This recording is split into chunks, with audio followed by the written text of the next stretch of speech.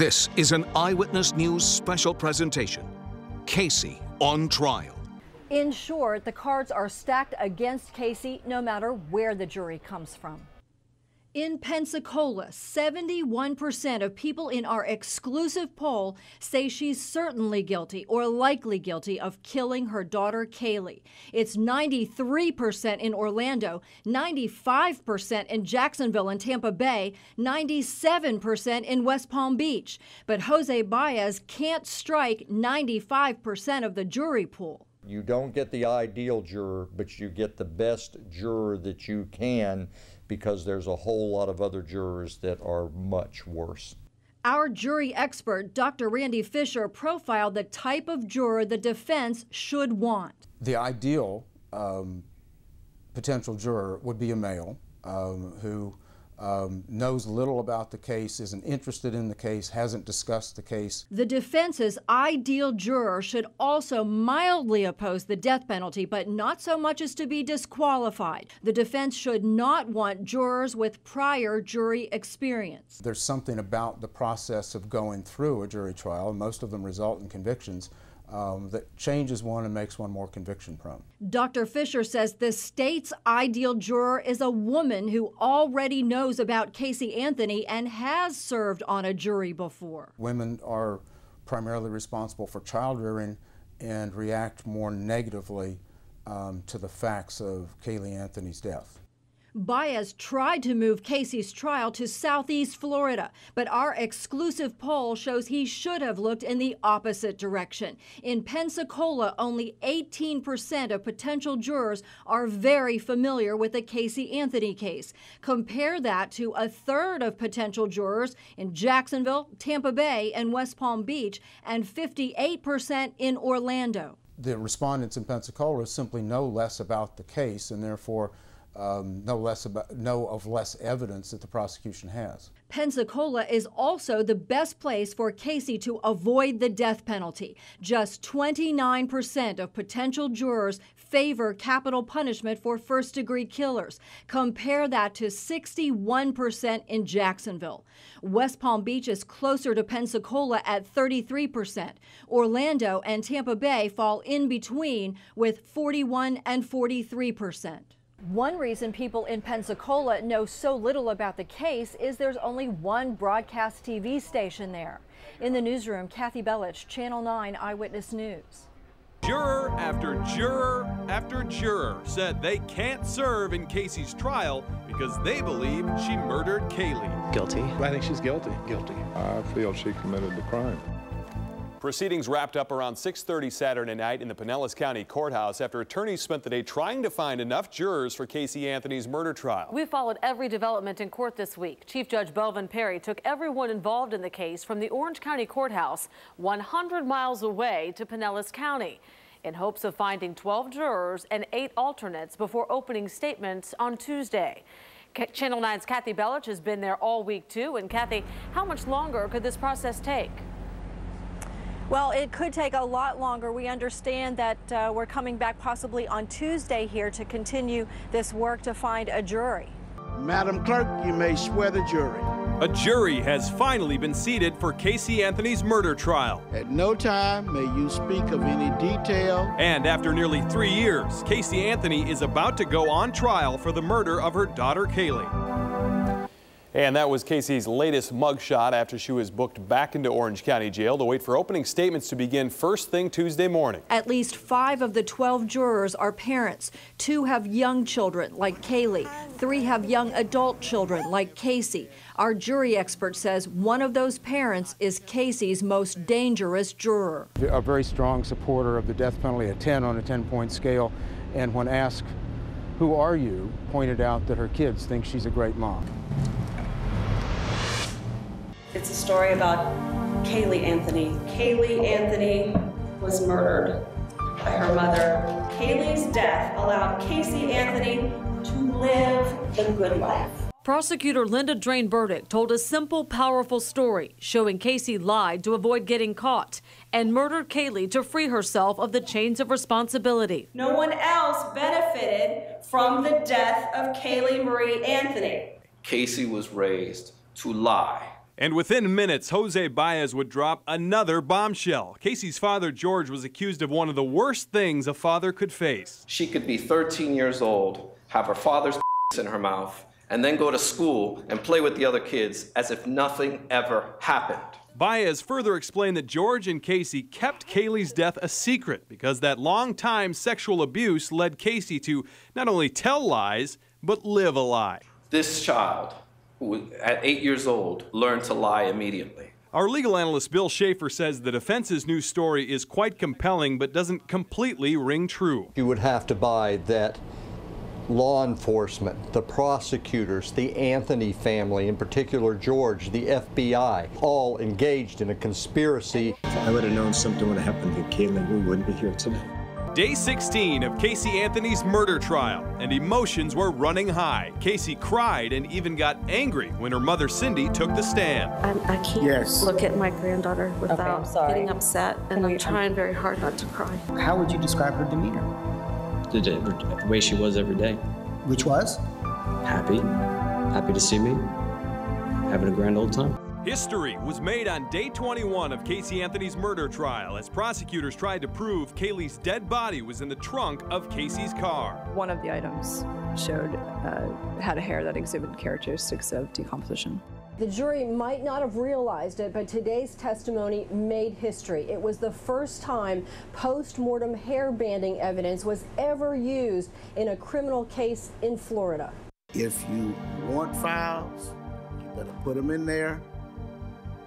I am not stopping any more for you to get a file. Cindy Anthony sobbed, shuddered, and appeared to be about to collapse as the jury heard her frantic 911 calls for the first time. I just found her today, but I can't find my granddaughter. As the calls played out, Cindy cried with her head on the desk while jurors watched and listened. It smells like there's been a dead body in the damn car. If he wants to bolster her testimony, I let him do it. Casey's growing frustration led to outbursts at her parents. Someone let me... Come on! Casey seemed to play the victim, even though her own defense says the real victim, Kaylee, had drowned weeks earlier. I need to be looked at as a victim because I'm just as much of a victim. No. She's a very self-centered young woman who doesn't care about her child. Lee was called to testify, and our legal analyst said his testimony created what will likely be a pivotal moment in the trial. She said, I'm paraphrasing, because maybe I'm a spiteful bitch. Those words seemed to have great impact on the jury. One or two jurors immediately turned to look at Casey. Then one by one, several others turned to her, until about 8 or 9 were staring her down. Casey sat, cornered by her own words, staring coldly back at them, her jaw tight. Our legal analyst says Lee appeared credible and not vindictive over Casey's allegations of sexual abuse. I don't know that they can ever look at her the same again. Once that bell is rung, you cannot unring it. From the minute the jury was shown the first photograph of little Kaylee's remains on Thursday, it was clear that it was all too much for Casey Anthony. Images of duct tape and Kaylee's tattered clothing in the woods near a trash bag and at the medical examiner's office. Casey became so emotional she started breathing heavily and looking weak. Then, during the afternoon break, she abruptly left the courtroom. She returned minutes later, only to have Chief Judge Belvin Perry excuse the jury for the day just before 3:30. I don't want you to speculate or try to guess at why we're ending early. It's just simply we are ending at this time. After the jury left, the Chief Judge explained what was happening. Miss Anthony is ill. We are recessing for the day. Dr. Garavaglia also ripped a hole right through the defense theory that Kaylee accidentally drowned, and Casey's father covered it up. 100% of the time when the person finds the child, they call 911 because there is a chance that that child might live. John Bradley testified he was able to detail the deleted searches down to the second they were done. 2:57 an inhalation, 2:58 p.m. a file called death, 3:03 p.m. ruptured spleen, 3:04 p.m. in chest trauma, 3:04 p.m. in the search term of internal bleeding. The state is setting the stage for premeditation by showing she was searching chloroform some 3 months before Kaylee disappeared. And this is the first time tests like these have ever been used in a murder trial. Casey Anthony showed no emotion when Dr. Arpad Vass described to the jury his reaction when he unsealed the small container holding a piece of the stained carpet from her trunk. I essentially jumped back a foot or two. The odor was extremely overwhelmingly strong. And I was shocked that that little bitty can could have that much odor. That's the testimony the defense didn't want the jury to hear, that a man who studies human decomposition for a living was shocked by the smell of death in Casey Anthony's car trunk. Before the prosecution rested, Cindy Anthony was called back to the stand this week, and once again, she got emotional. I remember the clothing that she wore. Cindy dropped a bombshell when she testified a large canvas tote like this one disappeared from the Anthony's garage. Yeah, I hadn't looked for that item or seen that item in a very long time since I used that. That's the first time we'd ever heard about that bag. It has never been found. Their theory being that Casey may have put young Kaylee's body in that bag at some point in time. This week, the state introduced some WFTV video as evidence in the case as well. The jury saw Channel 9's video of George Anthony using rare Hinkle duct tape on Kaylee's missing person posters. It's the same tape he put on the gas can Casey had taken, and the same as 4 pieces found with Kaylee's remains. Investigators did not find the rest of the roll at the Anthony, so our video strengthened the connection between Casey and Kaylee's remains. The defense began presenting its case on Thursday, June 16th, 3 years to the day since Kaylee was last seen alive. Even Casey got a laugh out of that and seemed upbeat in court throughout the day, though by her own admission, it was the anniversary of her daughter's death. And as Channel 9's Steve Barrett reports, Casey's attorneys brought up sexual abuse on the first day. The most dramatic moment was when the defense questioned whether Casey's brother could be Kaylee's father. Were you asked to conduct a paternity test for Lee Anthony as to Kaylee being the potential father of Kaylee Anthony? Now, the defense still has more testimony to get through to tell their story about what happened to little Kaylee, but we wanted to know how people reacted to the prosecution side of the story. So right after the state rested, we surveyed more than 600 people to find out. As you're about to hear, the 18 pages of results are pretty convincing for the prosecution, but that doesn't mean people are ready for Casey Anthony to be sentenced to death. We polled 668 Central Florida adults who have followed the Casey Anthony trial. After hearing the prosecution's case, not one of them believes she is innocent. 92% say she is complicit in her daughter's death, but only 53% are convinced she's guilty of first-degree murder. 46% say they could not yet convict her of first-degree murder. WFTV's legal analyst says that's because we still don't know how Kaylee died. Unless these questions are answered, we may be looking at a guilty verdict on a lesser charge, such as second-degree murder or aggravated manslaughter. But our exclusive poll also shows adults over the age of 55 find the evidence more convincing. So older adults on the jury could drive the verdict. The greater likelihood is that the older jurors can convince the younger jurors to follow their lead. People of all ages think the witnesses have been truthful and the prosecutors have been effective. Jeff Ashton earned an 8 out of 10. Linda Drain Burdick earned an 8.2. Compare that to a 5.5 for defense attorney Cheney Mason and a 3.8 for lead defense attorney Jose Baez. We don't know if they will put Casey on the stand, but our research suggests it would not make any difference because the jury would not believe her. On a scale of 1 to 10, with 10 being believable, Casey scored a 1.9. They would tear her apart in a matter of, it wouldn't even take minutes, it would take seconds, and they would tear her apart. We also asked if Casey is convicted of killing her daughter Kaylee, how should she be punished? Central Florida is split. 42% said put her to death. 49% said send her to prison for life. You cannot use a shield and turn it into a sword. Fireworks flew on day 33 of Casey Anthony's murder trial. Mr. Baez, this is not my first rodeo. Chief Judge Belvin Perry threatened defense attorney Jose Baez with contempt, and Casey cried as a defense expert told jurors someone staged the scene where Kaylee's remains were found. Mr. Ashton, calm down. Sir. Okay, calm down. Sit down for a second. I do not care if Mr. Baez is standing on his head, standing on one leg. So folks, please, let's just stick with the facts and be professional. It was the question everyone wanted answered. Is it your decision not to testify? Yes, sir. you understand that your decision to testify or not testify is solely your decision and your decision alone. Yes, sir. With that, the defense rested its case.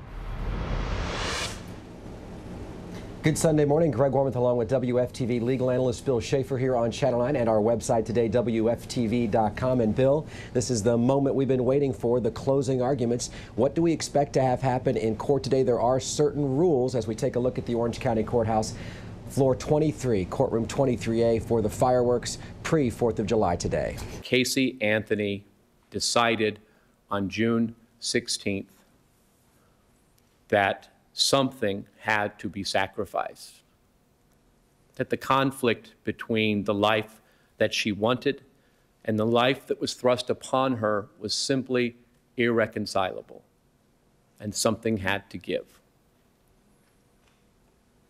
She chose to sacrifice her child. Remember Timer 55? Timer 55 is the password that Casey created for her MySpace and Facebook accounts. That Casey had told him that Timer 55 reflected the 55 days between June 16th and Kaylee's birthday. Timer, 55 days. The most she could do was 55 days. And then her mother would insist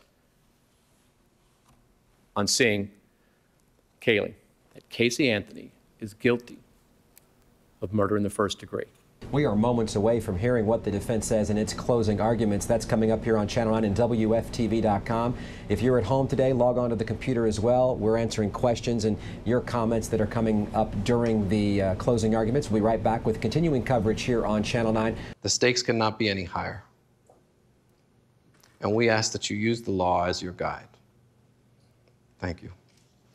We'll come back with more comments as we watch the live hallway. Jeff Ashton leaving. Again, he sat quietly for the second part of that proceeding, and he walks to take a bit of a break. What happens when we come back will be Jay Cheney Mason, and this could be interesting. We heard a little preview on Friday. And you do your duty, and you find Casey Marie Anthony not guilty because they have not proven her guilt. Breaking news here on Channel 9. We have a verdict in the case against Casey Anthony just within the last 2 seconds. Karen Levy, the courthouse spokesperson, came into the media room moments ago. There is a verdict in the Casey Anthony case. As I say these words, I get goosebumps. Your reaction? I just, my heart just skipped a beat. As to the charge of first-degree murder, verdict as to count 1. We, the jury, find the defendant not guilty, so say we all. You have watched live here on Channel 9. Casey Anthony not guilty on all of the most serious charges. Look at the emotion inside the courtroom. Dorothy Clay Sims hugging Casey Anthony. Bill Schaefer, your reaction? Well, this is a very fine day for the defense. Obviously, the defense team is just elated. And the prosecution, the looks on their faces tell it all. They're crushed. Law enforcement, all the investigators, everyone associated with the state attorney's office is absolutely, positively just crushed and devastated by this verdict. Casey's verdict is in. I will adjudge you to be not guilty. And everyone has a reaction. She got away with murder. I'm very happy for Casey. This was a dry bones case. Very, very difficult to prove. But was it justice for Kaylee? And what happens next for Casey's lawyers, her parents, and Casey? After 3 years of buildup and 47 days of jury selection and trial, 12 people found Casey Anthony not guilty of murdering her little daughter, Kaylee. And the reaction has been intense. Everybody seems to have something to say. We have the largest team of reporters gathering new information from the defense, prosecution, the Anthony family, and the crowds of spectators who watched it unfold. But we start with Channel 9's Kathleen Belich, who knows what it was like in that courtroom when the verdict came down. Kathy, an incredible day. It has been. It was tense. It was intense. The anticipation and raw emotion was building up under the surface and had to stay there under the chief judge's orders. I actually wobbled a little bit as I walked into the courtroom. And when the verdict was read, the not guilty verdicts were read, there was a stunned hush that fell over the courtroom. Channel 9's Jeff Deal's been watching the lawyers live from the Orange County Courthouse. Jeff? And Bob, this was obviously a culmination of years and hours upon hours of hard work. It was almost as if watching a hard-fought sporting event come to an end. We saw obvious celebration from Casey Anthony's defense team and disappointment on the faces of the prosecutors. Channel 9's Steve Barrett actually broke the news of Casey's acquittal to many of the people who were gathered outside the Orange County Courthouse. And he continues our live team coverage. And Steve, many of the people you spoke with were absolutely shocked. Yeah, after that 30-minute warning that they gave that the verdict was going to come in, essentially hundreds, if not thousands of people gathered right out here in front of the courthouse. No one could hear, though, what was going on inside courtroom 23A. I, though, was listening through my earpiece and ended up announcing what was going on in the courthouse. The crowd gathered with phones and such to find out what the verdict was, then looked to the media for the latest information. Right now, this verdict is just about to be read. They're handing the paperwork around, and you can see what's happening right outside the courtroom. We want to take you back in time just a little bit here, show you this is how it went down outside the courtroom. You see the huge crowd. This is the biggest crowd that has been here. First-degree murder? Not guilty. First-degree murder. The reaction slowly built as the lesser charges were read and the most serious charges were not guilty. My answer's not that good. I don't know if they're watching the same thing we were. It's just shocking. I can't believe it. I don't even know why I'm this emotional. I have no attachment to them at all. I just can't believe it. I'm in total shock. I mean, everything that's happened, it's basically like you almost have to film and watch somebody commit a crime and have it on video for something that happened today. Now, it's just disturbing. Channel 9's Nancy Alvarez has been following the defense team all afternoon. And Nancy, have they said anything to you? Well, that's right. They did say this is no reason to celebrate, but apparently that is exactly what they've been doing inside this building here behind me. Inside this building is where J. Cheney Mason's office is located. You can see a security guard outside, not letting anyone near the front doors of this building. And a crowd has gathered outside, waiting to hopefully catch a glimpse of a member of the defense team. But one woman did catch a glimpse of the defense team, and she showed us these photographs that she took from a spot inside the building. And in one of them, you can actually see Jose Baez holding up a champagne glass. George, did they show any reaction? Marty, their public reaction at the very least was minimal. A statement just released by their attorney a few minutes ago said that they called this statement a, quote, fair verdict, despite the nasty claims that Casey made against her family, particularly against her father. Their attorney says George and Cindy Anthony are overwhelmed by emotion at this point. Publicly in court, George was almost stone-faced to the point of looking mad. Cindy let on perhaps just the slightest smirk, but that was it from either of them publicly.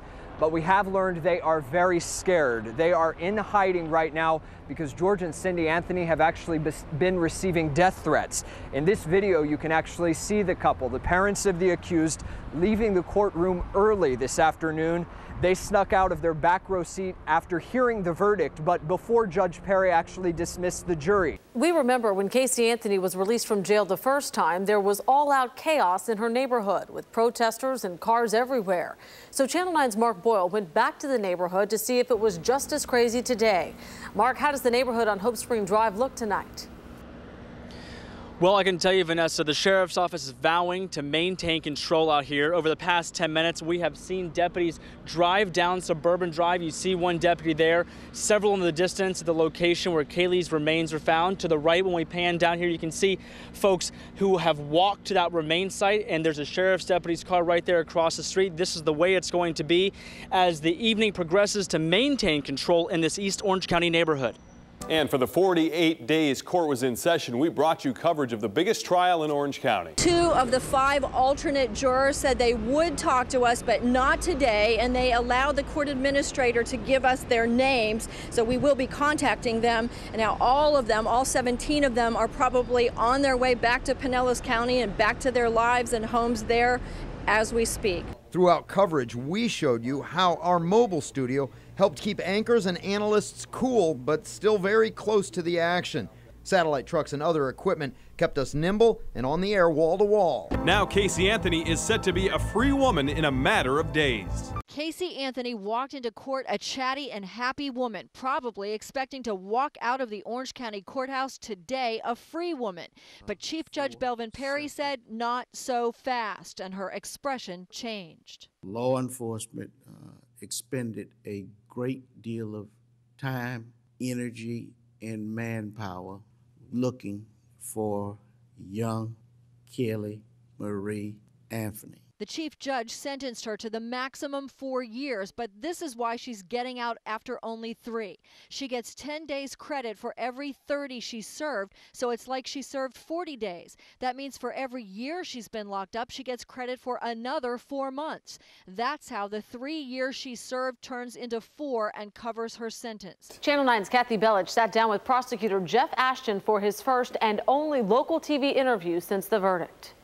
Prosecutor Jeff Ashton is shocked the jury deliberated only 11 hours without asking any questions or watching Casey's jail recordings again. For the first time, Ashton talked about how he believes Casey killed Kaylee at home after George went to work on June 16, 2008. I would hope that she would be humane, use chloroform to render Kaylee unconscious, and then put the duct tape over her nose and mouth so that she would go peacefully. And we'll have live coverage when Casey Anthony is released from jail on July 17th. Casey Anthony walked out of the Orange County Jail just after midnight.